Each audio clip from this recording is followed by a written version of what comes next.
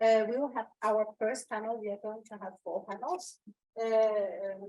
And we need to maybe just get up while the panelists come up here. Oh, get up. You do this. Yeah. And so I'll ask Katrine and Kristian.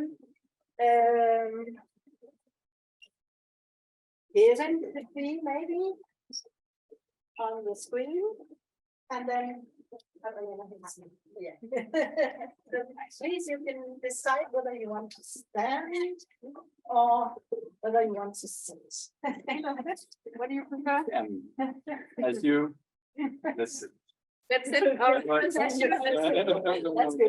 We sit for sure. I just stand for a moment. Yeah.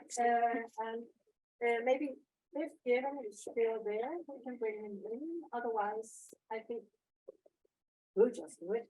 Right? Yeah, sure. Yeah. So we have here 3 of our regional actors who are in different ways creating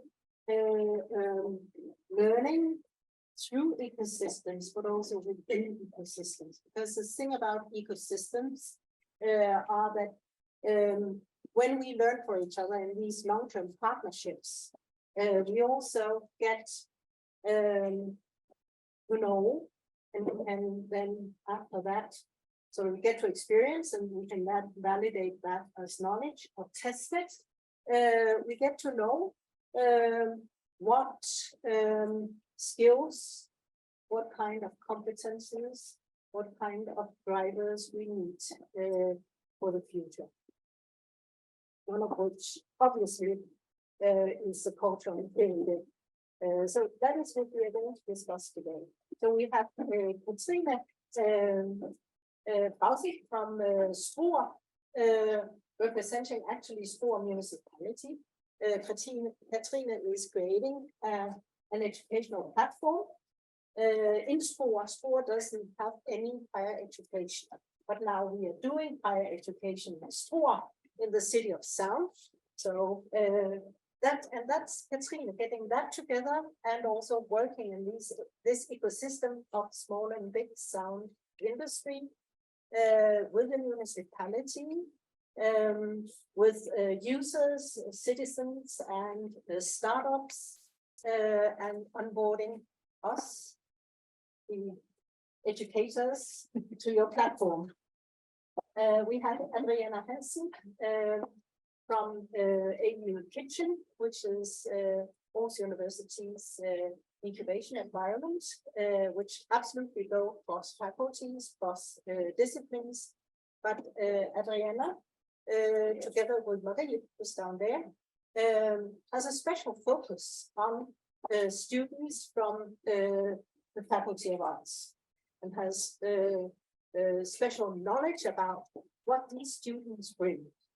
So they bring deep knowledge, they bring a fantastic capacity to pitch and to pitch for funding, actually. And then we have Kristian, who is from one of the lighthouses of Trautenberger College, wherever we go and talk about, learning in learning cultural entrepreneurships, and someone says Trautenberger College, someone else would say, do you know Kristian and Maltfabrikken? And we are happy to say yes, we do. So you're really created a vibrant learning environment at Maltfabrikken and for Abeltoft and Djurs. So that is basically what we are going to kick off with, asking our participants here how you work to enhance culture and creative learning within your own ecosystem. What does it mean? What does culture and creativity mean when you learn together in an ecosystem? To start? I don't know. Yeah, of course. So nice to be here. Thank you very much for the invitation on behalf of all of us. And it's I think it's a super important topic that we have to really have to see the potential of creativity and culture, especially if we need to solve those big challenges. And my answer to your question is actually both on a very human scale, but on a holistic scale as well.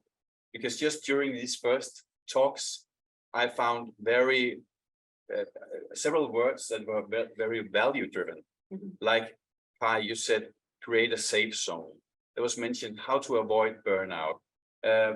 Even beauty was meant in a presentation, and I didn't write down, but there were several words that are strong values. And I think that's if you look into how we're going to work tomorrow or in 10 years, 20 years, it will be based on values. You need to create and foster this these spaces that nurtures the talents to come up with new solutions. And in the ecosystems, that is mainly what we do.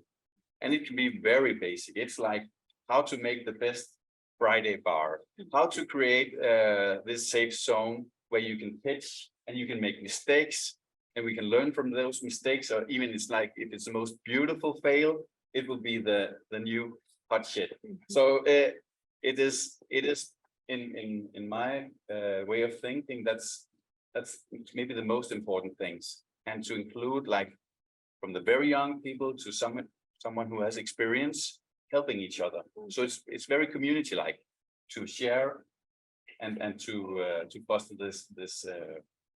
these values of our community. So we can kind of coin something, co-creation, but also co-learning. Yeah. Yeah, for sure. I can really recognize this with the values, because I think also from our experience, students from humanities and from arts are really value driven. So when they want to do a startup, it almost always have something to do with some values that they want to work with, which is slightly different from some of the students we also see in our incubator.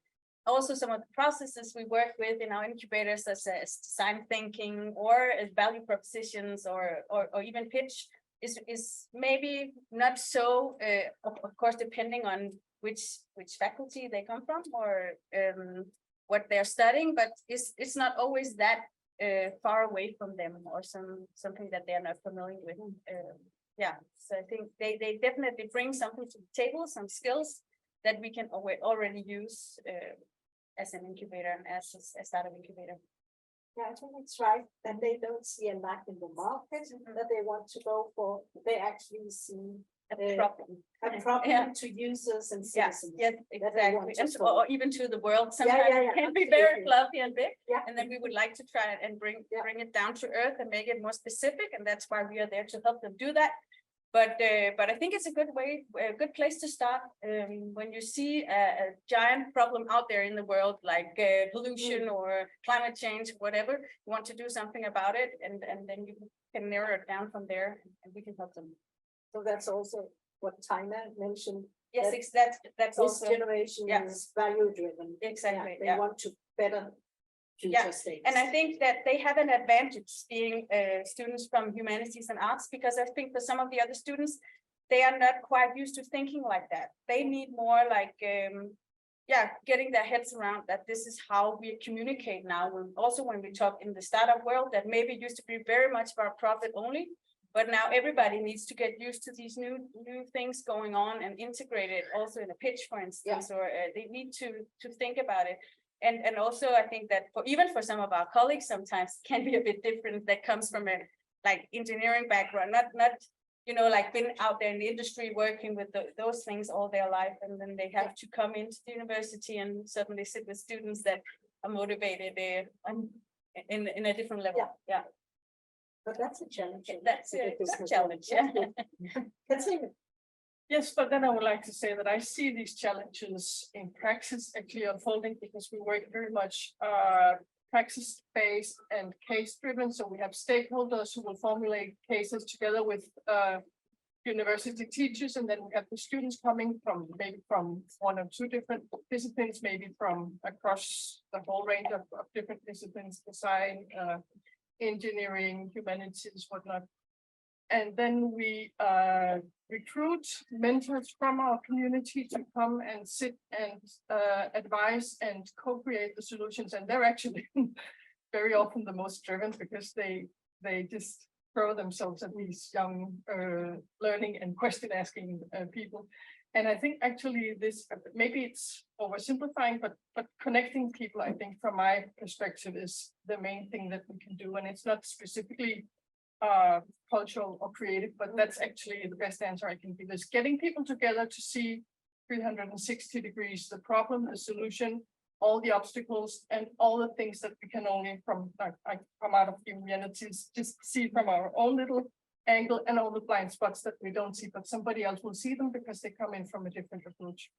So that's maybe a little bit all over the place. Yeah, absolutely. So it's silo busting, and also inviting everyone in the ecosystem in like 360 degree to contribute, which you're doing in school. So I'll jump a very long question. I have this second question and go to another question. So given this huge potential actually for pushing a skills agenda, for bettering the world, for supporting a new generation of talents and creatives, what are the biggest challenges you see for such pathways for new skills, innovation, change makers? Look at me. Yeah, look at you. I think that's something we sometimes discuss, Katrine. It is. I would have to say, I think at least here in Denmark, it's mainly structural and political, because it's very much in how the educational system is organized and how it's funded and supported, and what is encouraged and what is not. And I don't know how political I can be in this answer, but I definitely think that there are some things there. I also think it's about value definitions, which educations, which skills are considered valuable and able to solve the problems we're in. And I think that we still look a lot to the STEM educations to get everything solved. And I would love for them to be the STEAM education. So let's kick in the arts and see what happens. So I think that actually ties back to what I talked about before, the 360 degrees, but I think it's mainly structural. Yeah, I completely agree. And I also think that it's also about, to be specific, like critical thinking. Also now with everything that's going on with AI, and we see that like trying to get very specific skills is sometimes, like I think some of the others mentioned that as well. You need to be flexible, and I hate to say it because it sounds like you don't value the expertise, but of course we do. But we also need to be just simply reflection and critical thinking, and that is sometimes very hard in an education system that is really like valuing. Please tell us the right answer. So this kind of more slow process where we sometimes need to go in and in the dialogue and in doing all that with each other, and I think that people from arts, from humanities, they have tried that and they know how to do it, and we need to spread that out to everybody because it's so essential. Yeah. So I come like from the countryside, so that, you know, we have no higher education in the whole municipality of Struer, where I'm from, and I feel there's a huge potential that we miss, because those people we are talking about, the ones who really are for the value, they like kind of tap out and move to the forest or in and build their own tiny house. They don't want to they want to scale, but they want to scale in network. So they don't want like 100 employees, but the business grow quite good, but they are not connected to the educations and the knowledge that I saw in the other triangle. We're kind of a little bit isolated, and that is a problem we have to deal with if we need to get the impact of this putting stuff together. Yeah, but I think also we put on this isolation of Yes, tiny houses and micro farming and whatever, you also offer a great potential for learning. Actually, one of our really strong micro publishers in Denmark, he told me at some point that being a micro publishing house, it's like being one body with all competencies, and not least the competencies to reach out. So for his learning, he went to Norway and stayed 3 months with the micro farmers there to learn how to do micro-publishing. Mm. So I think there is a huge learning potential in also in a different way of living and learning. And don't get me wrong, it's not like these super creative people just are living in the woods. It is because they decided to make a different way of life. So not like having to earn a lot of money to be able to have a house somewhere. It's just like they want to work a little bit less. They want to do something with meaning, a higher purpose, working in green, the green sector, finding new solutions. And they should not be too detached to what we are talking about the topic today. So that was I think that's a really, challenge. Really true that sort of the not the conflict, but sort of the like big cities, higher education on one side, rural areas, no higher education on the other side. I think it's definitely sort of also that would be a challenge to our ecosystem actually to bridge that and to have the learning go the other way also. Let's just make an education like you do. I think it's a good you could thing you do. Yeah, we'll do an education platform. We'll plug on Yeah. that one. Yeah. We'll do that. That's the next thing. Okay, so Adriana gave a message, so. you are there, Gerin. Very good. Sorry. Can you hear us? Yes, I can hear you. Yeah, can you hear me? Yeah. No, Yeah. I was fascinated by the speakers and the input, so I didn't want to disturb. No, the main things we are discussing on European level is now, to think about transversal skills. That meaning we don't need specialists always. The higher, deeper specialists we need, and this we see. I mean, if you look 6 months ago, nobody really knew what ChatGPT means, so this speed, how the environment or the learning environment changes. If we go on a traditional top-down approach, will not meet the needs, so our motto is, that the community is the curriculum. Somehow they have to teach us what they want to learn and how they want to learn it. And, these transversal skills, meaning also that today they're a designer, tomorrow they're a developer, the day after they're, a maker, so to say. So, and how they can change easily between the different layers, between the different sectors. And this is the biggest challenge, I think, for our sector, so to say, that we have to meet these new demands or these changing environments for the educational system. Needs to be flexible and on Yeah. the move. Yeah. Absolutely. So I'm going to we are short of a break. I think we need our coffee and we are on time. We need our cake. So I think I'm going to say thank you so much. I'll say thank you to Gerin for staying with us and Thank you also. sharing on the Pact for Skills. And I would like encourage our local regional ecosystem kind of to push things towards me and Martin Hansen will be here so we can push them into the Pact for Skills. And I want to thank you, Katrine from Struer, Adriana from the kitchen, and Kristian from Maltfabrikken. Thank you so much.